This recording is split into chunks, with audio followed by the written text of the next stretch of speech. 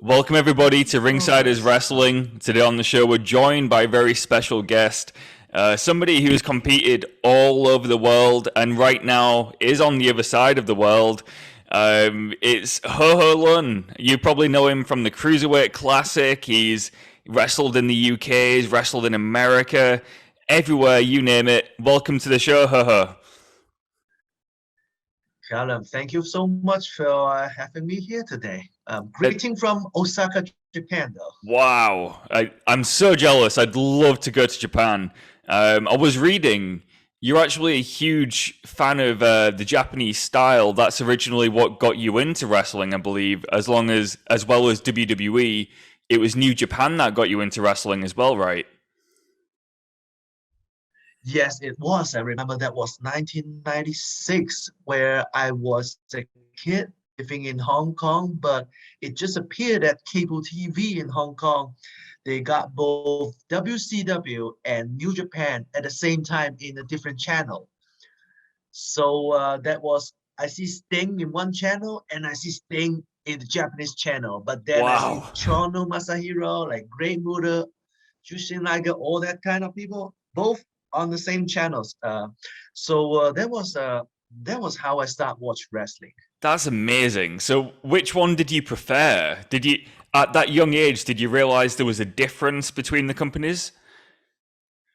I was like 8 years old at that point, so I don't have a preference, I'm Yeah, afraid.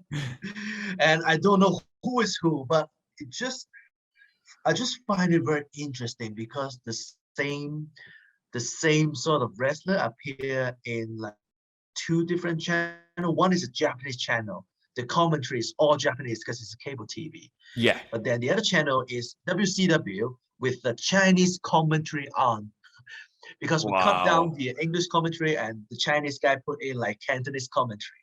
It's so funny, man. That's That moment. amazing. I'd love to see that. uh, And I think it's amazing as well that you got WCW in China as mhm. well. I honestly didn't know Yeah. that was broadcasted in China. Yeah, and then a few years later, both channels stopped the wrestling, and then there's WWF on another channel. That's how I start watch WWF. Right. That was the era Uh, where The Rock, Stone Cold Steve Austin, Mankind, Undertaker, that Attitude Era. did you know you wanted to be a wrestler right then when you saw it?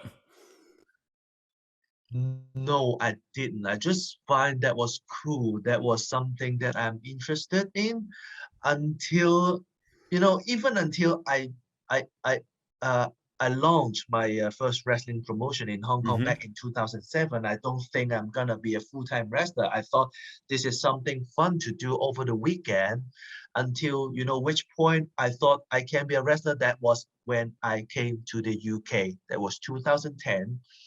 Um, I was training with 4FW down in Swindon, Yeah. Can I just clear something up? You also trained in NGW in Hull, I believe. like two times. Yeah, I was there. Were you? Yeah, I was there. Whole NGW is in my hometown. And I was Leeds, there for right? that. I was there for that Not Leeds, session. home. Yeah, yeah, I remember. Um, yeah, I remember that time when we do the wrestling, we gotta carry the ring from from the Yeah, other building to this building and set up that ring, and yeah. then to do some training there. I did that like two times. I remember. Yeah, I remember. Really, you were Yeah, there? I was there, Wow, man. then Yeah, long I time no trained. see. Yeah, I trained at NGW. And I remember when you was in the Cruiserweight Classic. I remember Yeah. thinking, no way, that's Ho who came to training. I couldn't believe it. Yeah, that was 2010, right? That was my Yeah, first trip to the UK, and I at that time I live in Warwick all the time. So right. no matter I'm going to Swindon or I'm coming up to Leeds, that take me 2 3 hours, right? Yeah, But I mean, I actually, when I trained myself in Hong Kong between 2007 and 2009, we don't have a syllabus. We don't have how to say, we don't know the way to train, so we are guessing, oh, is this the right way to train? Oh, maybe it is. And then yeah. we get some there's not DVD at that time, there's VHS videotape, Yeah. time and then watch some tape and then maybe we train this way. So that's the question that's the reason I come to the UK, is that to find out the answer of that question. Were my self-training correct? And the answer is most likely 80-90% of the stuff that I trained was just appeared to be correct. Wow. Well done. That's impressive. Because in Hong Kong, I was just guessing, maybe we train this way, maybe they train this way. Even, especially the ring as well. I have never seen a real wrestling ring before I left Hong Kong at 2010, come to the UK. So um, I, I get to a boxing ring manufacturer in Hong Kong. So I said, oh, I want to make a wrestling ring, but a boxing ring may be too stiff for me to bump into. Do you think you can get a modification for that? They said, absolutely. Well, okay, and I believe in them. They make, they deliver a boxing ring with like a few spring there, but the spring is like this Yeah. big. There's give no bounce at all. Oh. But I still managed to train there in that stiff ring for like 2 years until I come to the UK. Wow, that is a wrestling ring. That's not the same. A boxing ring is much harder, I believe, right? that that is like slam on a metal plate. Right. I Yeah. can't imagine how it must have felt good to bump in an actual wrestling ring with that bigger spring, the padding. Yeah. Yeah, Yeah, that must have man. felt so good. Yeah, man. Yeah, I was trying to explain what is the point that I thought to be a professional wrestler. Is Yeah. yeah, I come to the UK, I train a bit, trying to find an answer to my question if my training is correct. After I train a bit in 4FW, there's promoter and come and ask me to do shows for them, which I did. At that point, there's no money at all, but still do it for fun. So I did like 6 month training in the UK. I go back to Hong Kong, go back to my daytime job, and thought, maybe I should try to do something more adventurous. Hmm. So I come to the UK again, 2011. This time, stay for another 6 months, and then I managed to do almost one show a week. With 4FW, with some local promotion in Coventry, the Midland, Yeah. and then up up in where is that? Liverpool, Manchester area. Yeah. I didn't do a show for NGW though, but No, I remember you I'm getting training, there. but yeah. I'm getting there. Oh man, I love that you spent so much time in the UK. Being from the UK myself, I think it's really cool that you came here, you spent 6 months here, and then you went back and decided, hey, I want to do this properly. I want to be a wrestler. Like I want to do this Yeah. full time. How long after your training in the UK do you feel like you became a professional wrestler? Until I actually get booked to show, and then I actually receive emails that, hey, do you want to do my show? My show is here and there. What time is it? At that point, I thought I need to try. I was like 20 years old at that point, and I Yeah. thought, if I don't start it now, I'm not gonna start it anyway.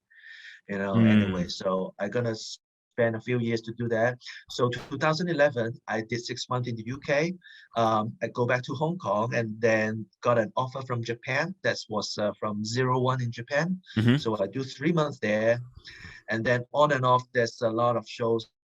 There's some China promoter as well. There's wrestling doesn't exist in China before 2012. So we are the only promotion in China back in the day. Wow. So there's up north there, up north in Guangzhou, in Shanghai, there's more wrestling company that there's that kids that want to do a wrestling company. Hmm. And then I'm appear to be the person who have a few years of experience wrestling in the UK and in Japan. So they always call me up and do the show for them and to consult them about how to do the ring, how to manage the fans, or if they need somebody from overseas, then I am the bridge to contact between overseas wrestlers. Hmm. And interestingly enough, I I have worked together in 2013 with what's karaoke? You know what is that? Yeah, yeah. So but karaoke in the UK may be like a small shop. So got a few room for you to sing song. But in China, Yeah. there's a big thing. So there's a building in China, the city is called Chongqing. So it's a 3-story floor where all the private KTV rooms, that the owner of that KTV building decided to do some wrestling. So they chop off one floor of the KTV room and bring in a wrestling ring, and then they decided, hey, Ho Ho Lun, can you bring in some wrestler from overseas? I said, yes, of course. I wrestled in the UK for a while. So that year we have Zach Gibson, we have Sam Gradwell, we have Pete Dunne, and uh, and and who else? Yeah, we have a few guys from the UK to come over to China to do that show in a KTV, in a broken KTV building. Amazing. That was a lot of fun, I tell you. Especially with people like Zach Gibson, who he is hilarious in real life, isn't he? Yes, He's yes. a, You know such him a in funny, person, right? yeah, he's such a funny guy. And even Yeah, Pete Dunne, I can imagine that was a great show. yeah, Yeah, yeah. The promoter there know nothing about wrestling. He just thought, there's a few guys just fight each other, but I don't understand why they don't get hurt. You know, that kind of yeah, mentality. okay. But he loved it, and but we only did it for 3 months because the first month the reaction is good from the fans, from the paying customers, but like the second month they feel bored already, so they stopped it. They decided to stop it on the third month. But it was a great experience, though. You So know. you've done it all, really, in your. You're still only young now, but I mean, you've already done the promoting side of things. You know, you've promoted in China. Not only have Yes, that was. you've promoted in a country where wrestling didn't exist. Yeah, Yes. you know what I mean.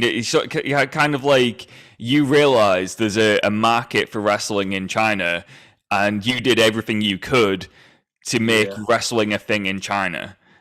It's not like I know there's a market. It's just something that I like, and Yeah, it just appeared to be some people who also like this but don't have a clue of how to do that. And since I have a few years of experience doing that, and they know me from the internet, that I'm like the first person, the Chinese dude who wrestle across the hmm world, kind of nickname yeah. that I got.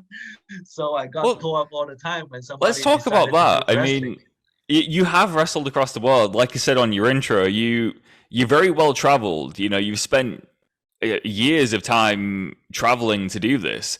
And one place, of course, we have to talk about is WWE. And because I believe you had, what, 20 or more matches in the WWE. And some of these people that you wrestled while you were there, some of the top names right now in wrestling, some of the top names in NXT, when NXT was at its peak, you were there, and for the Cruiserweight Classic. That whole experience must have been crazy, right? Like getting the call from WWE. it it was. I actually have never, before that I've never imagined I can be part of the WWE. I'm 5'7", 150 pounds. Who can imagine a small dude like that from China, who have never had professional training the first 2 years of his career, Yeah, then come up in WWE, and you know I that's really unbelievable for me. Even if now I think about that, this is like a miracle happen. I don't believe in miracle does sometimes happen, but it never happened to me, but it does. yeah, yeah. You did it. You started watching wrestling in China when you was a kid, and then you Yeah. grew up to wrestle for that company. That is a miracle. You did it. Like you should Yeah. be proud of your achievement. And like I said, not only did you wrestle for that company, you wrestled some of the best names, and especially in that Cruiserweight Classic, your first match, I believe, was Arya Davari. Yes, it Who was. you beat? You won your first match in WWE. It was. So, how did that feel? Before that, I didn't know. I thought I am booked over there as a filler, as they filled up this Cruiserweight Classic theme where Yeah. they got people from all around the world. But then, I won the first match. So they fly me back to Hong Kong. Like a month later, there's a taping. So they fly me back to the US. I did the second round match. I lost to November. Hmm. And the next day they asked me, "Hey, Ho Ho, are you interested to stay for a while for NXT?" And I said, "Yeah, that will be interesting. Yes, I will." Yeah. And then and then that's how I start my run in NXT. Uh, what was really cool was I think there was people who obviously were unfamiliar with you, but at the end of the Cruiserweight Classic, and when you started in NXT, a lot of Yeah, people were happy to see you stay around because I think you'd got the support of a lot of people. And very quickly, people thought like I said, you're an underdog wrestler, but people really liked that. And I remember being on Reddit at the time and seeing people saying like, "Don't know who this guy is, but I like him. I like his style." And I think it was the martial arts kind of style that you've got, the kicks and everything. It was awesome. So how did it feel to get like the support from the crowd as well? Did it feel good? yes, of course. There's a lot of support. There's a lot of positive things. There's of course a lot of negative things. Yeah. I both take into myself, as an advice and a suggestion. I don't mind good thing and bad thing. Yep. It's only gonna do good for me, right? Exactly. Um, yeah, that's my mentality. Yeah. My attitude is always, being happy. That's my real personality, being happy no matter how many negative things that I think come that's to what me, people liked about you though. Um, You can tell when you're in the ring.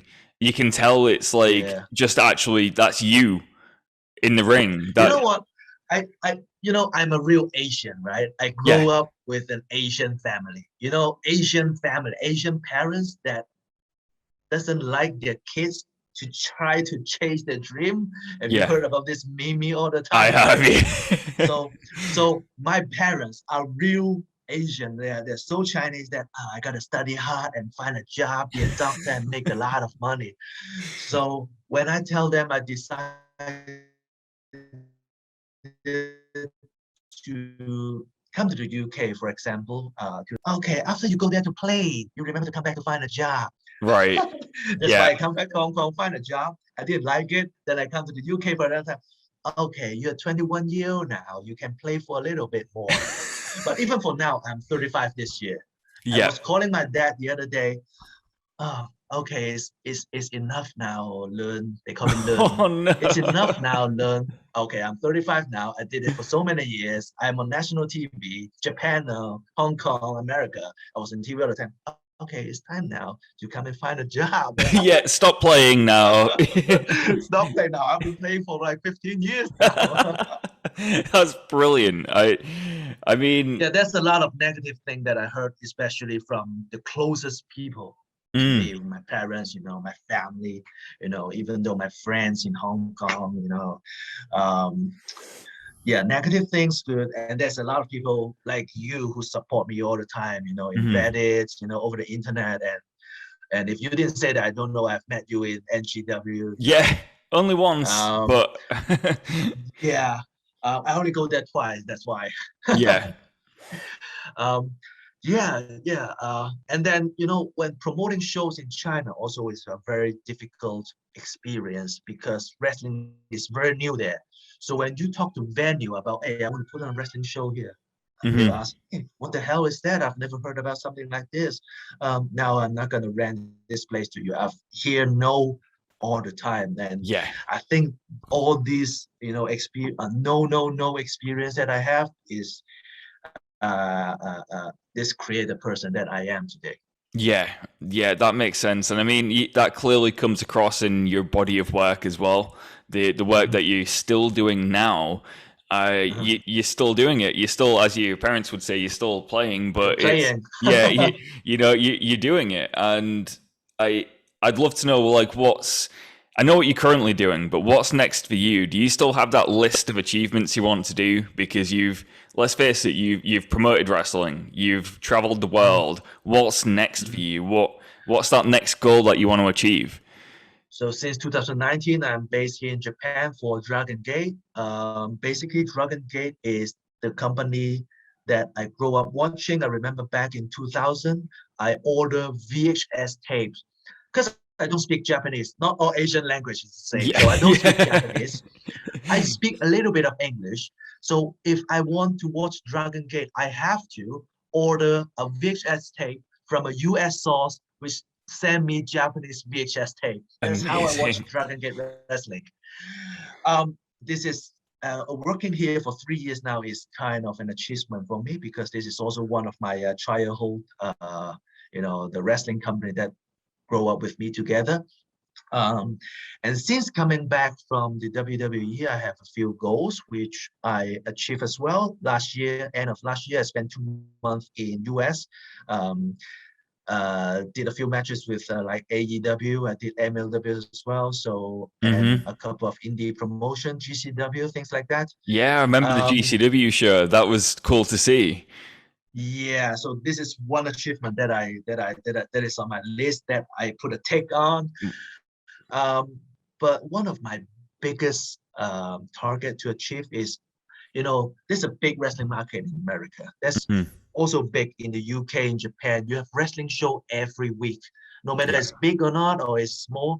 If it's only a 50 people wrestling show, doesn't matter. 1,000 people, doesn't matter. But I want to build this market in Southeast Asia. Southeast Asia, we got Hong Kong, we got China, we got Thailand, Malaysia, Singapore, things like that, right? So all these countries have a wrestling promotion. Not long, some of them just exist for like 3 years, some of them exist for like 5 years, but myself, I'm actually a pioneer on this.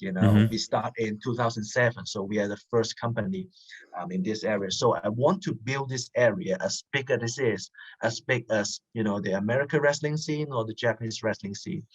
We don't have shows every day. This company have shows usually once every 2 months. There's a lot of concern, budget concern, and a lot of wrestler in this area. They grow up like how I grow up because we don't have a person to come down here to train them. And then most of us, for example, like wrestling in Thailand, they book Japanese wrestlers sometime when they have shows. So the Japanese wrestler come down, do like one training, and then they train the same menu for the rest of the years. But the Japanese guy only come down one day, so they don't know if they are doing the right thing or if they're doing the wrong thing. It's just from their memory. Maybe they do it like this. Maybe they don't do like it like you this. did. Yeah. So I want to help out, this company to, I already waste a lot of time to, try and error. So I want them to fast track and don't waste a lot of money, don't waste a lot of time, and, to do it in a good way. Yeah. I love that. I love that you still got goals in wrestling and you're helping out wherever you can. That's the best thing you can do. You've gone away, you've got that experience, you've learned what you're doing, and now you're teaching it and passing it on to other generations of Southeast Asian wrestlers, which is fantastic. Before we start to wrap up as well, obviously people might be unfamiliar with, I don't know, maybe even Dragon Gate. I love Dragon Gate personally, but where can we find you now? Where can we watch you wrestle? If we're interested in watching you work, how can we see you wrestle? We have a streaming platform called Dragon Gate Network. Put it on Google. We stream like 5 to 8 shows a month. And for every month, we have a show in Tokyo Korakuen Hall. And I am also on the English commentary all the time. So Brilliant. You don't see my work. You can listen to my work as well because I'm also a commentary guy. I don't know why they put me on the English commentary. Maybe because your English is fantastic. It is really good. I'm just the only person who speaks English here. So sign that up. If it's in pound, it's like less than £10. It's like £9 something to sign up for a month. So we have a big show coming up this weekend, 30/31 in Kobe World. That's like our WrestleMania over here. And Ultimo Dragon is celebrating his 35th anniversary this weekend as well. Oh, brilliant. Lots to look forward to then in your wrestling. And like I said, if we want to see you wrestle, it's easy enough to do. There's a streaming service, very cheap, well worth it. Before we wrap up as well, let us know where we can find you on Twitter, social media, if we want to get in touch with you. I'm on both Twitter and Instagram, and my handle is HoHoLun719, HOHOLUN 719. Both Instagram and Twitter are the same account ID. It's been a pleasure speaking with you. I think you're an incredibly talented person, and more so than that, I think it's just inspirational seeing that you've gone out there from such a place that doesn't have any wrestling and you've done all this stuff. So congratulations, and I hope there's plenty more to Thank come. you very much. Thank you very much.